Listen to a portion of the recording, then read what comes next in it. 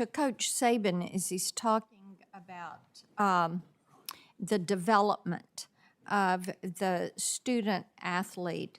I want you, if you would weigh in on the NCAA's responsibility in this and the way they handle investigations and the lack of clarity that they bring, because that has an impact on that environment, in my opinion. And I'm from Tennessee, and I'm very unhappy with the way Charlie Baker has handled the NCAA so far. I had great hope. And Cory Booker and I have a bill we filed, the NCAA Accountability Act, to try to bring some transparency, to put a shot clock on these, to say, you know, review something, make a decision, and get on with life. But if you would talk about that lack of specificity and clarity from the NCAA and how that affects college athletes. Well, I don't think there's any question about the fact that the NCAA has had a very difficult run here the last 5 or 6 years especially. They couldn't enforce their own rules because of litigation. And that in and of itself, I think, put them in a really, really difficult circumstance.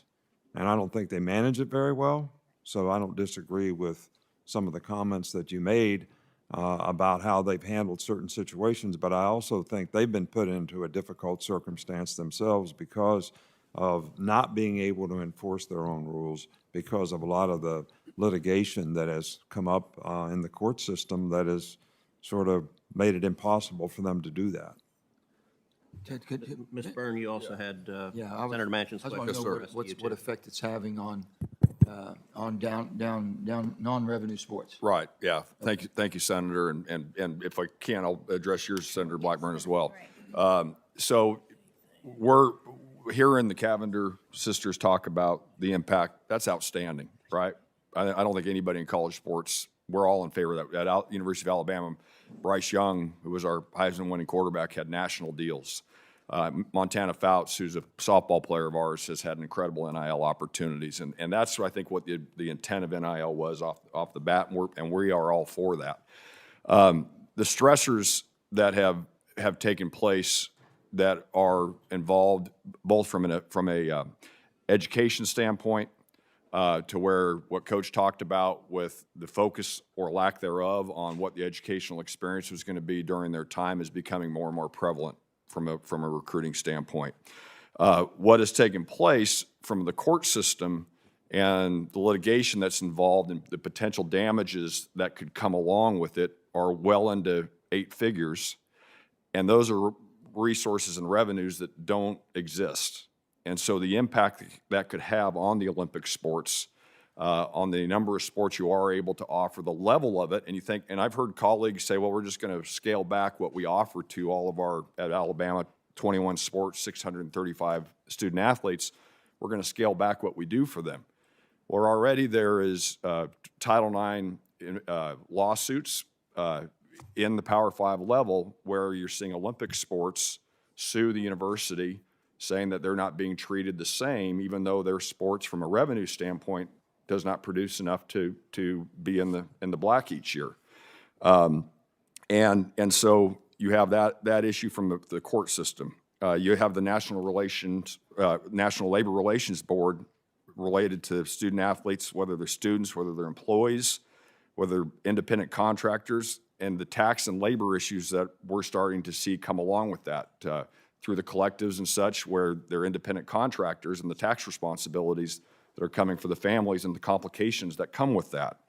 The transfer portal has been another significant issue. When Coach Saban retired, we obviously didn't want him to retire, but when that time came, during that time that we were out searching for our new coach, a lot of what our focus was back in our department was roster retention and trying to communicate to our student athletes that are there that the standard that Coach set was not going to change in our support of our student athletes across the board. So the transfer portal and the complications that have come with that are very, very significant. On inducements, what Senator Blackburn was talking about, where the NCAA is right now, there's not much they can do from an inducement standpoint. And Charlie Baker has said that. Senator, I think the timeliness of investigations is very challenging. I also know that because of lack of subpoena power and things like that, that the NCAA is often put in a very challenging position to try to figure out fact and fiction. And that's a tough position to be in. So I think from the what we can ask here in DC, and we really appreciate this opportunity to be here today, is these are, we're looking for some safe havens, and from an employee status standpoint, from a Title IX standpoint, and then just some safe havens from an antitrust standpoint, that we can have the enterprise of college athletics move forward and offer broad opportunities across the board to all of our student athletes, or 21 teams or more. ACC, what Commissioner Phillips talked about, offering 28. That's a great thing. And for those of us who are inside the athletic department, I think the Cavinder twins would agree with this, on a daily basis, and they see the impact that takes place on the young men and young women, it's special. It really is. And I think what Coach talked about and the impact that you can make on 18 to 22-year-olds, it can be life-changing for them in the right environment. And we believe in that environment very much, both at the University of Alabama and throughout our conferences.